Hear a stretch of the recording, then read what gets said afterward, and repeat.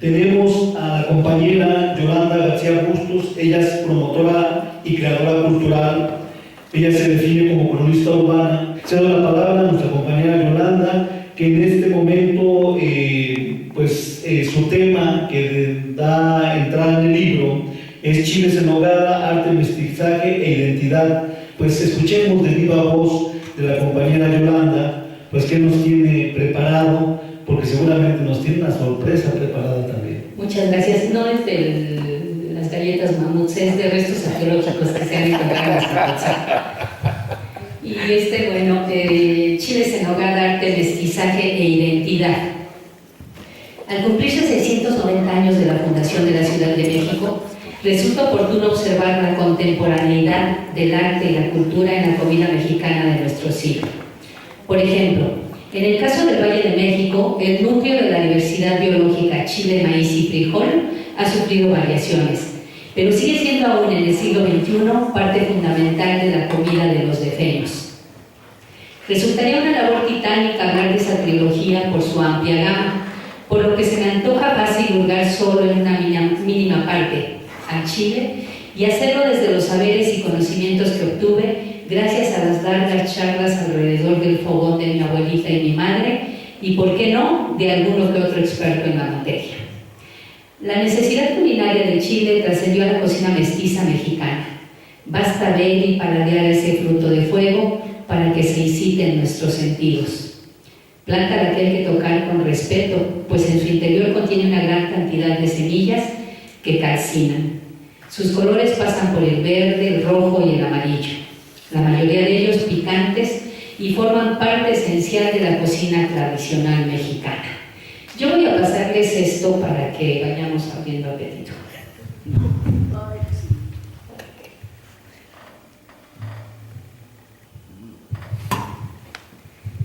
Por favor, por ahí, si quieren pasar. Asombra conocer que los indígenas consiguieron su multiplicidad a base de cultivos sucesivos, cruzas y selección de semillas. Obtuvieron tal diversidad de frutos tan diferentes que ahora podemos disfrutar del morita, el cascabel, el guajillo y otros. Los podemos encontrar secos, reposando en humildes costales de yute en el mercado de la Merced o en elegantes empaques que anuncian chiles gourmet. Se pueden comer verdes, a mordiscos, o cocidos con limón, vinagre, agua o fuego. Esos que les acabo de pasar, yo creo que despiertan el apetito y se antojan unas tortillas y tal vez unos frijoles negros, ¿no? Sí, con el pasote o con hierba santa, ¿no? El poblano se convierte en anchos y al secar queda rojizo, o en mulatos y al ahumarlo se torna café. La chilaca se convierte en pasilla y el cuaresmeño jalapeño en chipotle. Aunque la mayor parte de los chiles actuales son familias domesticadas, diferentes a los originales, en lo picante influye, además de la variedad genética, el clima y el estado de madurez.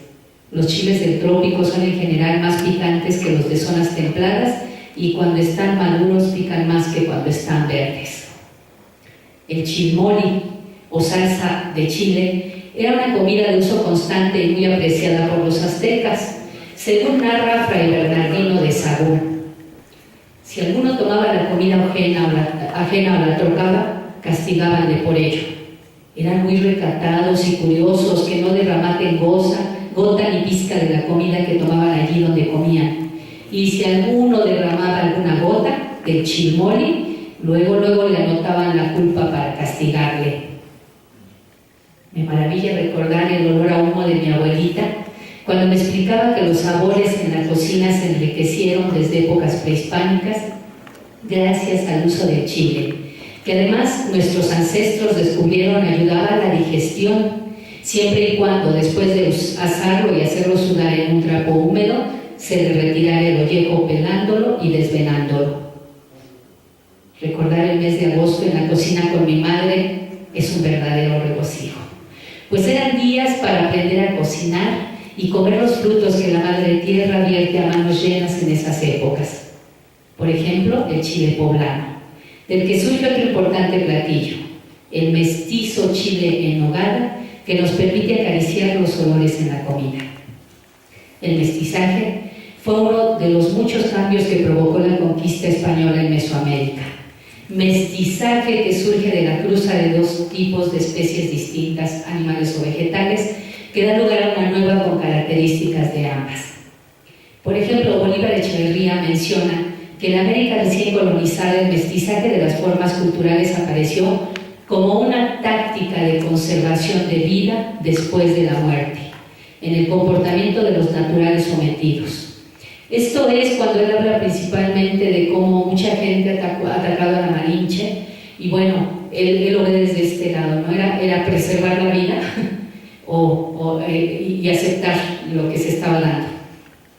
Y yo lo comparo con este mestizaje en Chile.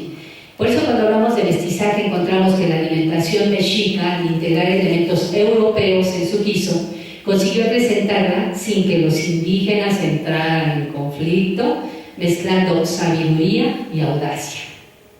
Es más fácil inferir lo que motivó la facilidad de mestizar la alimentación, que se enriqueció con gran cantidad de plantas y animales como las aves de corral, el ganado vacuno, la caña de azúcar, la cebolla, el arroz, siendo tal el mestizaje que muchas de las cosas que consideramos típicamente nuestras, en realidad tienen elementos extranjeros.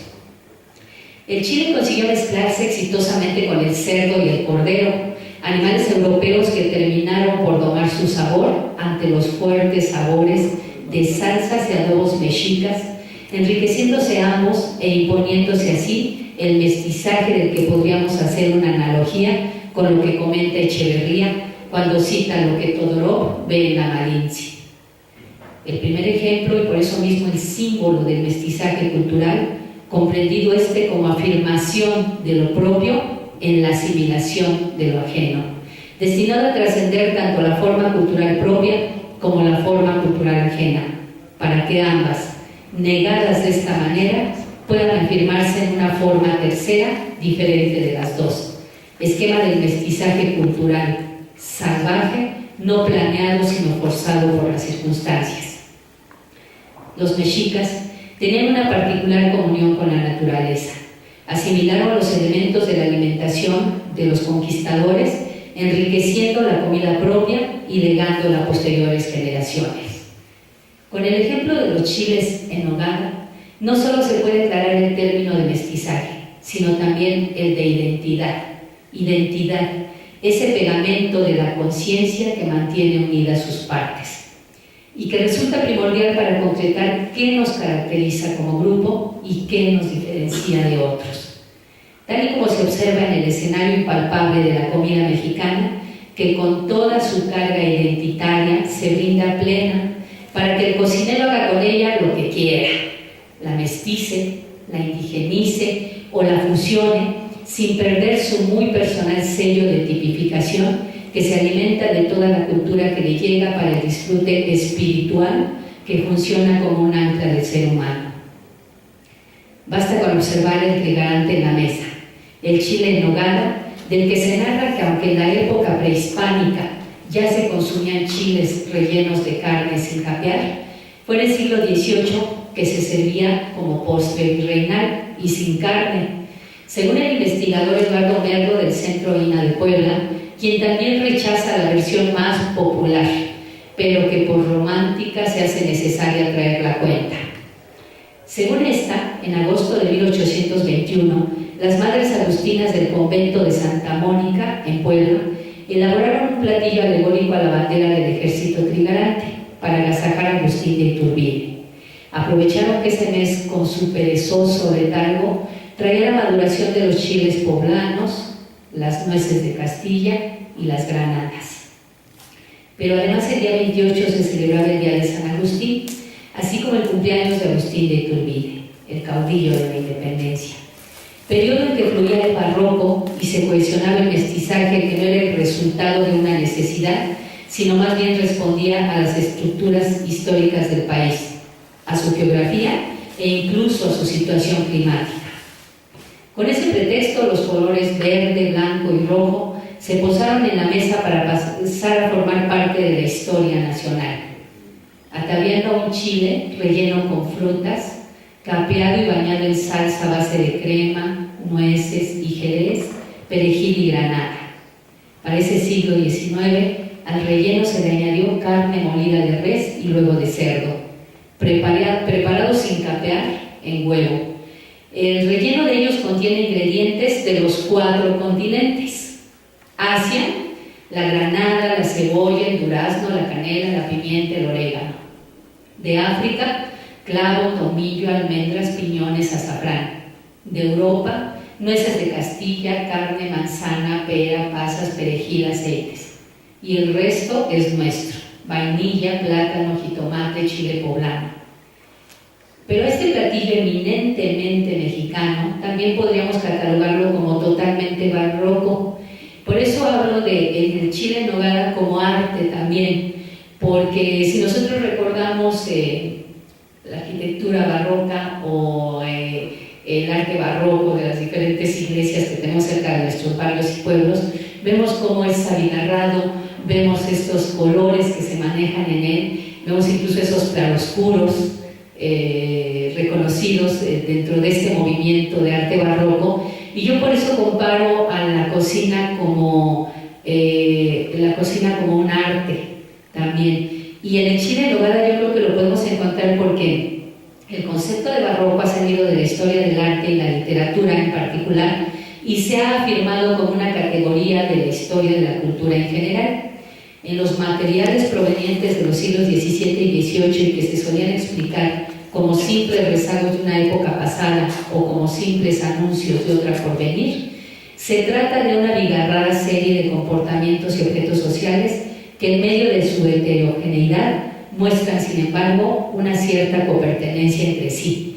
Y me gustaría que imaginaran el chile en nogada un poco abierto y ver todo ese relleno y ver también la capa de encima con esta salsa con nuez. Y vemos ahí lo abigarrado, pero cómo copertenecen y cómo pueden convivir sin que nos hagan sentir mal, ¿no? Al contrario, en verdad es un arte. Justo es conceptualizar lo barroco en este platillo, chiles en nogada, pues con él la cocinera construye su narración vital y le agrega elemento tras elemento de diferentes regiones del mundo que no compiten entre sí, sino más bien cooperan para enriquecer sabores, olores y estéticas. Las sociedades antiguas, artistas natos del color, nos legaron su búsqueda y encuentro con todos los matices del arco iris en sus platillos y condimentos, mostrándonos que para que la comida sea deleite pleno, no es suficiente con que huela y sepa bien, sino es preciso que luzca atractiva a la vista y sus colores enciendan el deseo de probarla. Por eso cuando algún alimento no tenía colorido natural, le prestaban color con ayuda de tintes naturales y vegetales. Y podría aseverarse que en el mestizaje los colores en la comida mexicana no se empobrecieron. Basta con observar a chile en nogada desde la mirada de Echeverría. El barroco hace del cuestionamiento un instrumento de fidelidad y se desdobla. Procedimientos que se inventa para elevar las formas creadas por él a un estado de intensa fibrilación.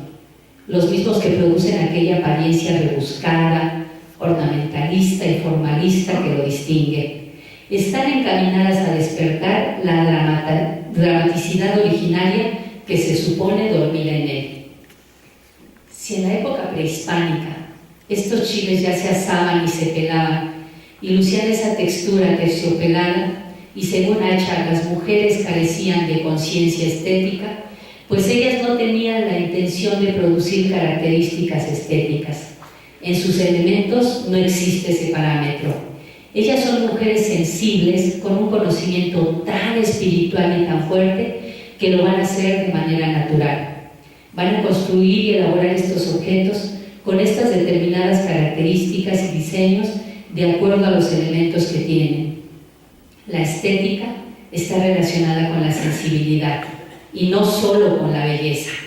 Esas mujeres como mi abuelita, como mi mamá, como las cocineras de ahora, sí tenían juicio estético en la elaboración de la comida, en tanto que percibían los olores, los sabores, los colores y tenían un gusto especial por la apariencia de las viandas. Platillos en los que vemos la estética no como una filosofía de lo bello, sino con la voz griega aestesis, que no significa belleza, sino emoción. Esos platos que aún preservamos están realizados con sensibilidad, cumplen su destino de satisfacer lo cotidiano y posteriormente efectúan esa función del ritual, el culto mágico religioso. El chile en nogada, con su exclamación de color penetrante, incisivo y punzante, pero dulce, nos da el pretexto perfecto para hablar de la estética en los elementos conseguida por lo mestizo y que nos lleva a nosotros a nuestro ser mestizo, que no es ni indígena ni español, sino una síntesis. Es solo un mexicano que se identifica por la comprensión emocional de la vida, subyugado por la fantasía y por su amor a la belleza, que despliega merced a su habilidad manual y a su sentido de la armonía de colores.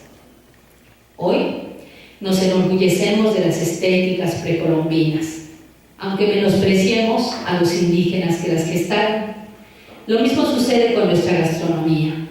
Nos enorgullecemos de ella y nos felicitamos de que haya sido declarada Patrimonio de la Humanidad.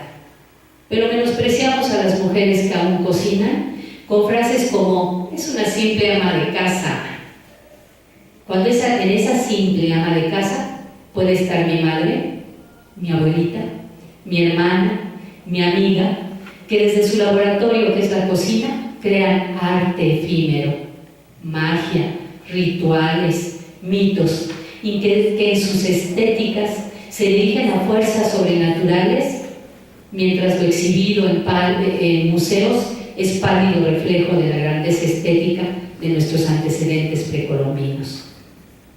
Luego entonces resulta imposible negar nuestros antecedentes ni nuestros saberes, pues todos traemos en el interior modos indígenas de vida, y muchos su sangre, comprobado en todos los conocimientos que nos transmitieron nuestras decanas y que seguimos replicando todavía en nuestra Ciudad de México